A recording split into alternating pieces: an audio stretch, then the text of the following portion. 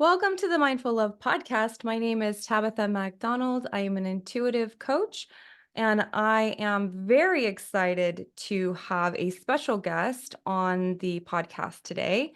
Her name is Vivianne Dawalibi. She is the founder, owner, managing director, practice manager of Caloundra Health Hub in Queensland, Australia. Vivianne was born north of Sudan to Syrian parents. She served humanity for 2 decades, assisting the Office of the United Nations Refugee in providing solutions to the vast refugees-related integration issues during emergency operations. In 1981, she was awarded with the prestigious Nobel Peace Prize Certificate in Sudan. In 1996, she was awarded with the prestigious UNESCO Peace Prize Certificate in Armenia for her work with orphaned children.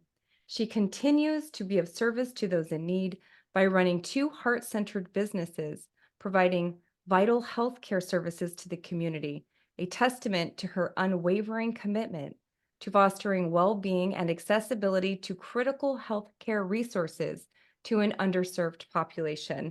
Welcome, Vivianne. I am so excited to have you on my podcast today and to have another fellow Magnetic Mind colleague and to explain the work and also just to like share in your journey of transformation and of heroism. I read a lot of your story and I was very inspired by it.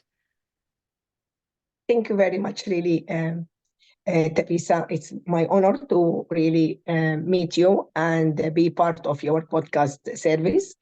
And I hope my story will really inspire people how they can really break barriers, regardless of the challenges we really come through our lives.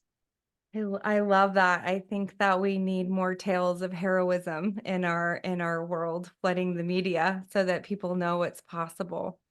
And I wanted to start because you had some interesting life experiences, interesting to say the least, but that were really quite challenging that you overcame, like some pretty big heartbreaks. And when I think about heartbreak, it's not just, having somebody leave you, it's also, going and working with refugees and sitting with that kind of heartbreak every day. And how do you find strength in that? And then also your own personal heartbreak, the loss of your husband and how you took that opportunity to really fuel your purpose. I would love for you to like discuss maybe your work with the refugees and then your personal story as well. Yeah, one of my really big life change was my work with the United Nations Refugee Agency. At that time, I have been deprived from furthering my education, as I said. However, I joined the United Nations and the demand was so big. And I was just so excited, determined to make a difference in the lives of these people. Coming from the north part of Sudan, where I was born, we haven't seen any refugees. But when I moved to the capital, Khartoum, the capital of Sudan, and I worked with the United Nations Refugee Agency, and we were hosting more than 2.5 million refugees from various African countries. And I saw how devastated they were, malnourished, they had nothing, abused, discriminated. However, that really seeing the reality made really the fire lit inside me that I have to make a difference in the lives of these people. And I really very quickly climbed the ladder from being in the finance initially to the admin, and then I moved to the field. And that is when I really started to have direct contact with the refugees and understand more their needs. And I played an important role as a caliber negotiating between various aid agencies and the government. Really we succeeded to provide solutions. And that was the time when I was awarded with Nobel Peace Prize, because I really overcome a very tough situation for one of the international aid agencies that have been kept as a hostage. And my lobby to the government, I had to free them. And I didn't know at that time we were really looked at or evaluated.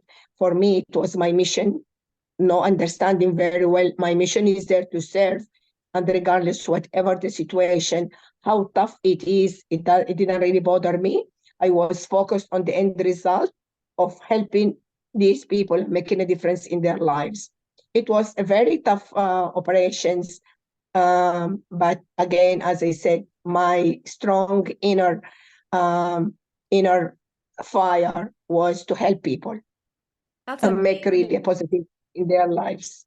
So Yeah, and you helped free people who were being held captive.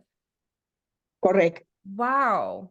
That is like Yes, a true testament to just staying in the end result and taking one step at a time, because there's so yeah, much unpredictability in that situation. yeah, yeah. It was How did you get your impossible. guidance? Like where did it come from? Like when you were like, okay, this is the next Intuitive. step. Intuition. Intuitive, very intuitive, because I didn't have high qualification. As Right. I said, I just finished year 12, but I grew up with the United Nations, facing situations and using my own intuitive skill or spiritual guidance. And that is what I have done. And in Armenia, when I did the UNESCO Peace Prize, it was a big country program for the orphans. There was 54 orphanages in the country. All these young babies were kept in this institution in a very hardship situation. And when I was doing my field visit and seeing the hardship, and I was talking with the managers of these centers, and I understood they were not all orphans. They were there because of the poverty after the Nagorno-Karabakh civil war. Many of these families really had to flee with all what they had, only what they have on their body, and nothing more or nothing less. So seeing this hardship for these babies, I couldn't take it. And that's when I did a country survey to understand what is the admission or the enrollment criteria for these children. And it became a decree in the government to change the enrollment criteria.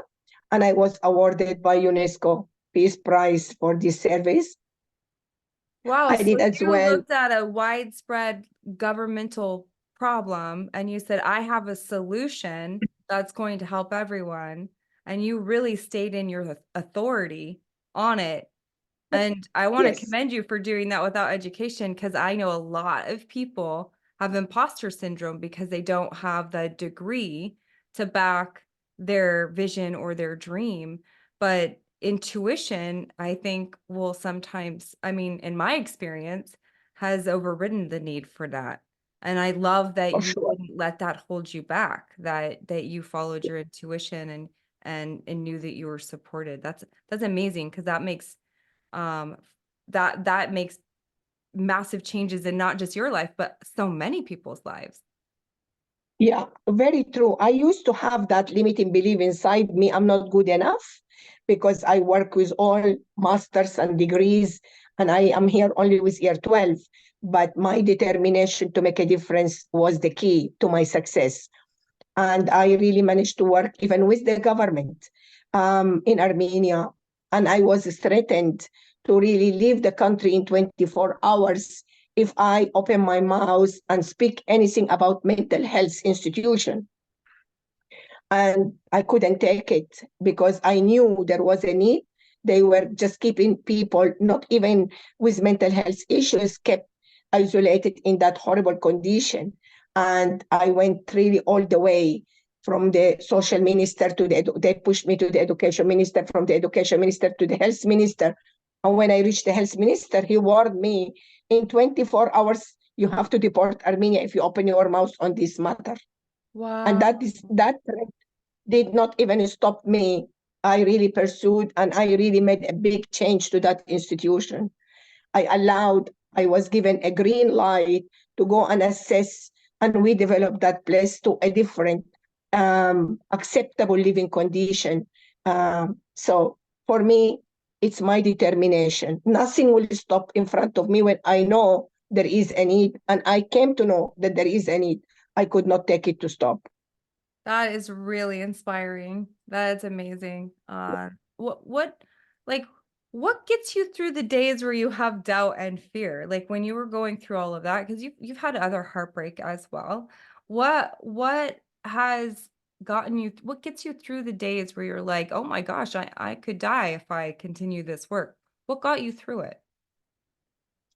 Is my purpose. My purpose. My purpose is really what was my driving force. I completely understood I'm here for a mission. I'm here for a purpose. And I have a strong faith. I was always guarded. I went through very dangerous situations, very risky situations in my operations, but nothing really stopped me from pursuing my career, my service, my mission, and my purpose. I have very strong resilience inside me. I am very courageous, very resilient, and my mind, I always put what is the end result. Nice. That is, I think, the key, right? Because that's whenever you're building something that you don't know how Yeah, you're building it and you do feel purpose driven, it is what's the end result? And then there's only one next step. And I think that's the hardest thing for people to, myself included, to lean that into is is right. when you have that deep purpose. It's like I just want the whole, how is it going to work out? But you just have to keep getting in the end result and go, okay, it's just one step, one step, one step, and trusting That is your guidance. that's why I like the program of the magnetic mind of Chris Duncan, because again, I have done a lot since I came to Australia. I have done a lot of self-development, and he's very correct when he said the self-development kept me look what I'm not good enough at. So by changing my mind is mainly what, because I achieved so much even when I lost my husband. I couldn't really fit with the community who wanted me to feel low. I left Sydney, I moved to Queensland, I invested in this medical practice. I focused into making a difference in the lives. Especially, I lost my husband to heart condition. So my mission became give access to people to take care of their health, even though I didn't have enough knowledge about health or the Australian health system. I jumped into the deep, and now 20 years in August this year, Wow, I that will is celebrate. amazing. Like, and I love that that switch in your direction too, because I think sometimes Yeah, people don't realize that as they grow and change, their purpose can shift. And it's usually the correct, same heart-centered mission of helping others, right? But maybe how you do it shifts and changes with how your life correct. shifts and changes. Yeah. No, that is really what I have inside me when I want. And now I am shifting career as well. Now I work 20 years with the United Nations. I really manage this medical practice now in August, 20 years. And now I am going to really share my story because I had really overcome this limiting belief I'm not good enough. I Mhm. was always behind the desk. I was always hiding. But now I broke that chain. And now I'm ready to share my story, inspire, touch people's hearts, and inspire them. If I can do it, they can too. From where I I love came, that. Yeah. I think that I think a lot of people see a lot of the negativity in the world, but I think there's so much yeah, beauty. Like there's so many heroes out there who said, for I've sure. gone through hard stuff. And I feel like we learn in community. So we learn by watching other people thrive and succeed. It's not a comparison model, it's inspiration, right? It's like Definitely, you can make a way. You're just in the wrong structure, right? When we talk about the structure of reality, if you're in the for sure. structure of the problem, you can't see the solution. But as soon as you step into how do I want to feel? I want to feel of service. I want to have purpose. I want to be meaningful. Then the stuff that's scary isn't so scary and it's not as hard. And so I think that's definitely what carries me through when I'm like record on the podcast and I felt all of the things, right? Like who are you? It's all about, yeah, I could totally relate. Like all of your imposter syndrome and things like that come up and then you do it and then you make a difference and then you keep doing it because it feels good. It just feels good to be of service. Very true. Yeah. Very true. It's all about our mind, where we focus. Hmm. And if we focus on a problem, we will not get anywhere. We will be stuck in that energy. But if we put, and that's where I always program my mind on the solution. How can I solve? How can I be of effect positively on the lives of others? How can I improve situation? I changed the program in Armenia. It was emergency operation, and I changed the whole scope into integration, created different income generation programs. And that helped me even when I came to Australia as a refugee. And my husband's health was not really the best.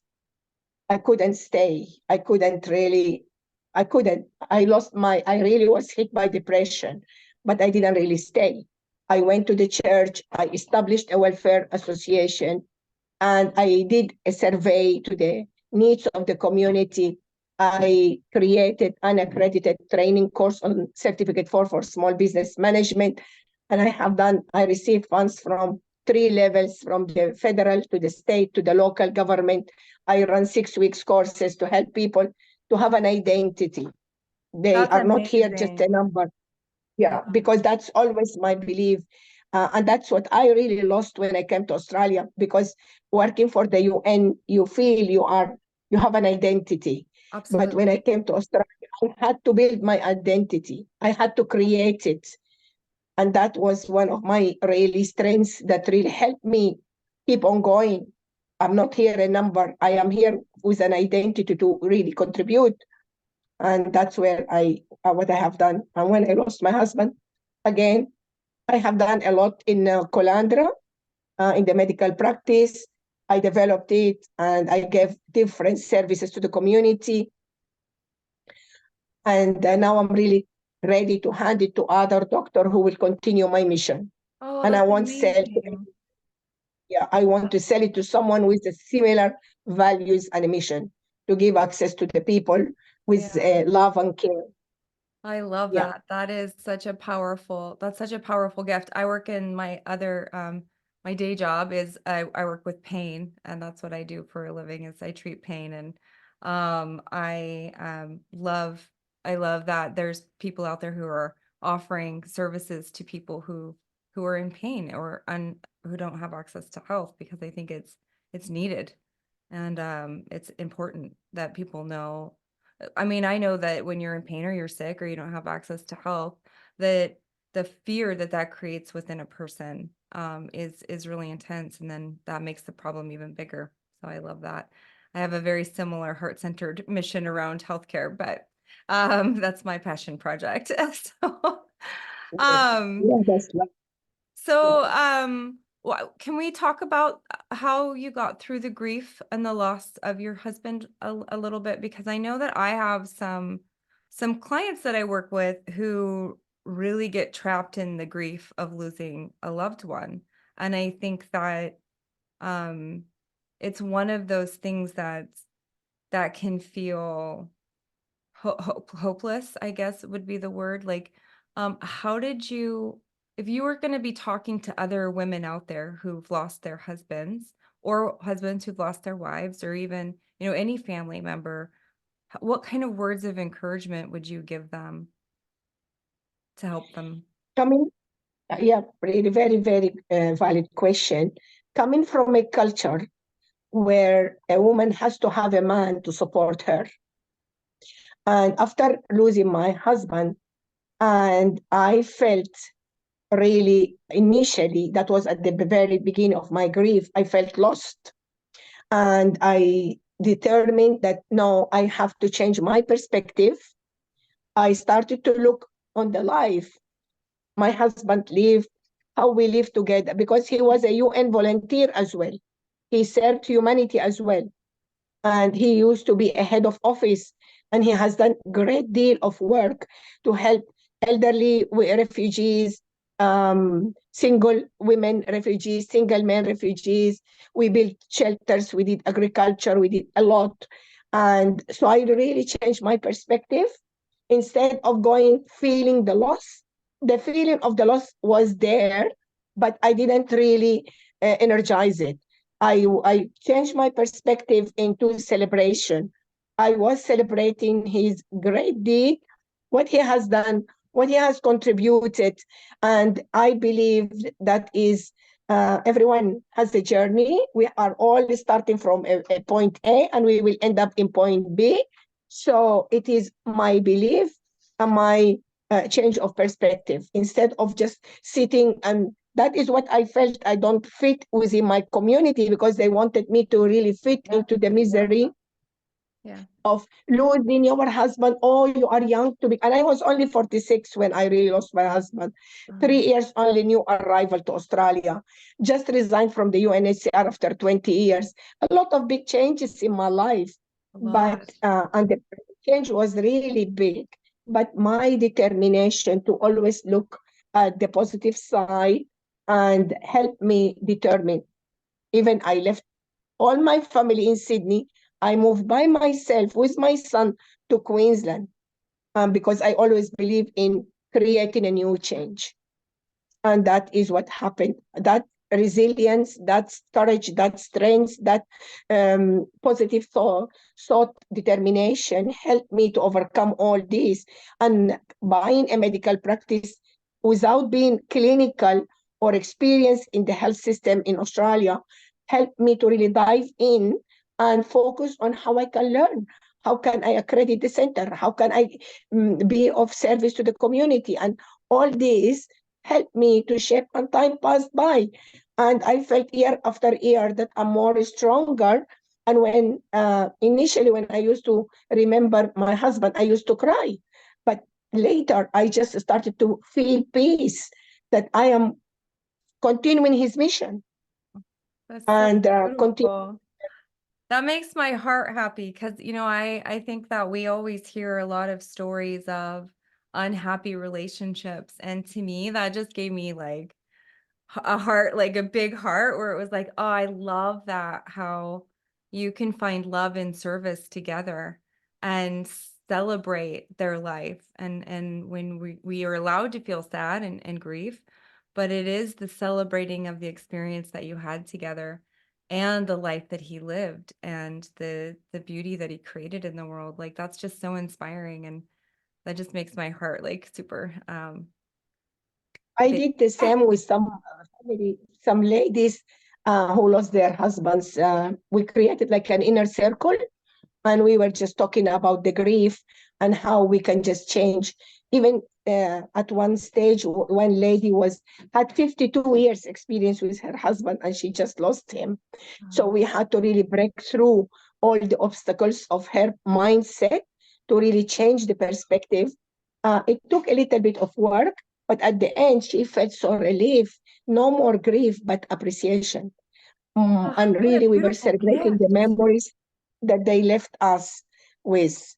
And Ah, I do that every year. I celebrate the memories that I cherish. oh, that's such a Yeah, beautiful gift. I was on a plane recently. I think it was on the way to San Diego, and I ran into the airline hostess. I forget the proper name, but she said she was still grieving the loss of her dog from 13 years ago.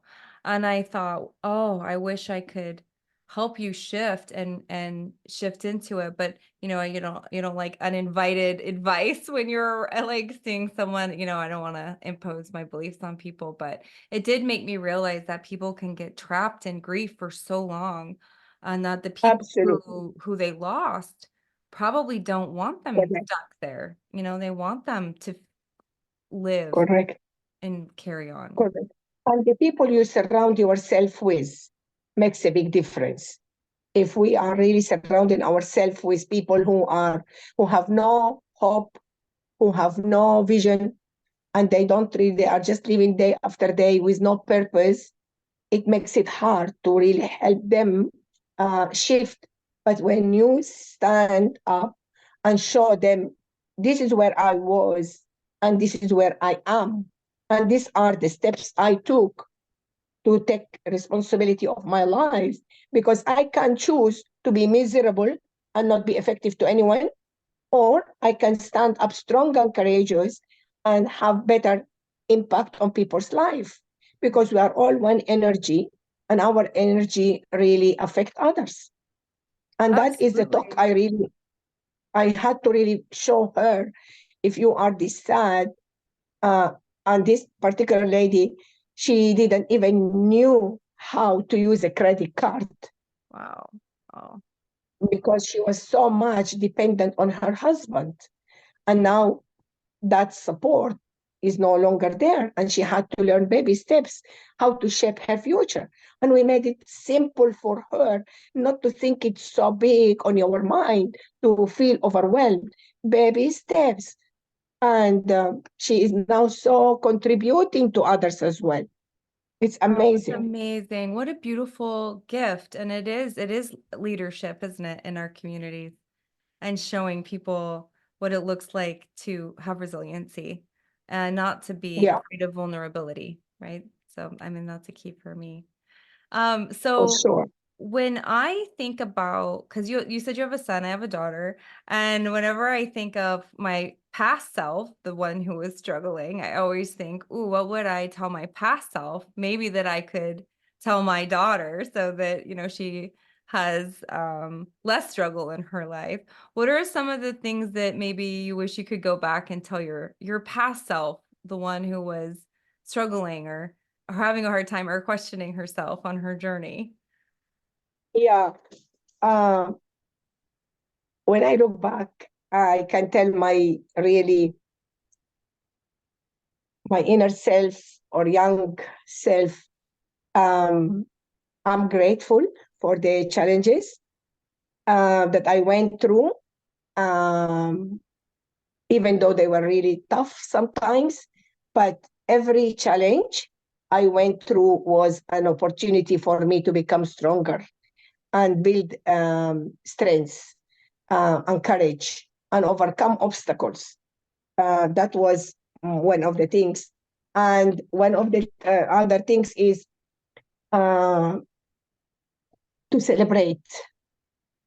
I tell myself, my inner self is whatever small or big achievements, celebrate. Celebrate so that you are always in the positive energy, with gratitude, overcoming, looking at where you have been, and whatever, even a small achievement, just celebrate. And this celebration, this gratitude helps build up the emotion. And Mhm. that really building up on the positive emotion helped me to have any challenge. I don't look at it as a challenge. I look at it as an opportunity for me. Okay, what's next? Coming now, I have gone and done so many things. So So building an inner strength. what are some of the ways that you celebrate? Because I think sometimes people struggle to celebrate themselves. I know they do in the United States. Like we have just some like misguided definitions of what that looks like, and prideful and arrogant and things like that. So how do you celebrate yourself? And I can't wait. I would Yeah, look forward to hearing it. very true. I had to really overcome two things. One, the culture. In our culture, when you have a tragedy, you don't celebrate. You have to remain in that emotion. I had to break through that and accept. Celebrating, it could be just walking and just gratitude, giving gratitude to the experience and telling myself, and I am Christian by faith. I always give gratitude and thanks to my God who really helped me, who is present in my life, who guided me, supported me with the wisdom to overcome uh, this situation. So that is a simple gratitude, is a celebration. So I remain positive. I remain in my strengths, power. I remain with the growth mindset. I remain with appreciation. That is the simple celebration that I do. I think Always that is the grateful. easiest and it's the freest and it's available to us always. So I think that is the perfect way to Yeah. celebrate. Okay, so I It have is one easier. last question for you before Yeah. we're wrapping up here. What if you were deserted on a desert island, what book would you bring to keep you company and why? Um, I I will really take with me the book of Greed, the Power of Passion. and perseverance. This is a book that really is like, I take it with me all the time. It's like my Bible. It has very nice quotes, how to overcome barriers, how to overcome obstacles, and how to welcome and appreciate and give gratitude to all the challenges we pass through, because they make us, every experience makes us stronger and a better person, Oh, I ready love for it. the next challenge. I love it. That's great. I think I've read that. If not, I know it's in my library to read. So I'm gonna make that Yeah, it's I'm a gonna put very that on good the book. top of my reading list. Oh, thank you Yeah, so much for joining me today. I am so grateful that you shared your beautiful story. It is just such an inspiration, and I love I love getting to know people's journeys in this lifetime and the struggles that they've overcome. And I just find it really inspiring how, we can experience so much pain, but we can keep on going and we can keep creating and we can say, that's not going to be the thing that stops me. I'm going to keep going and serving and finding beauty in the world. I love stories like that. So yours is just perfect. absolutely. I believe always in raising my bars. Yeah. Yeah. I think Yeah, that's how creators live, right? We just keep raising the bar. I'm going to take with me the celebrate along the way. I don't do that enough. So I love that. I love that reminder. Anything yeah. else that you want to say before we close off our interview today? One thing I can say is really invest in yourself. That's the message to everyone, is to invest on yourself, have really peaceful time to really go deep and discover what's your purpose, what's your mission, what is really the fire within that really ignite your life, and pursue it. Just pursue it. It could be anything for anyone, but now I am developing my course as well, how to really break barriers. Oh, nice. That is growth through heartbreaks, and that is breaking barriers. That is my mission, because as I said, I really had so many heartbroken situations, but I never looked at it like that. I just pursued myself to what is the best. How can I be more effective and impact more people's lives? So That's that's how I amazing. broke through the barriers. I love it. I love it. Well, good luck. I think that the world needs more of that and more Yeah, people like you inspiring others to do the same. Just super grateful for you and the work that you do. And thank you thank for you. taking the time to meet with me today. I'll post Thank your you. website down below in the show notes in case anyone wants to find you. Thank you so much. Thank you. Thank you, Betty. Thank you, I really, for the trust to choose me to Oh, speak. Thank you. I really appreciate that, Teresa. couldn't have imagined a better example of resiliency and just breaking through our barriers. That's it. Yeah, beautiful story. Yeah, Thank you. I really broke through the cultural barriers. I That's had so huge. many restrictions. Being a girl, being a woman. My father, as I said, I couldn't go to university because I'm a woman, and yeah, but nothing Didn't really let that stopped me. stop you. I love it. You've got a fire inside that we need to just put in a bottle and sell. That's right. Thank you. All right. Thank you.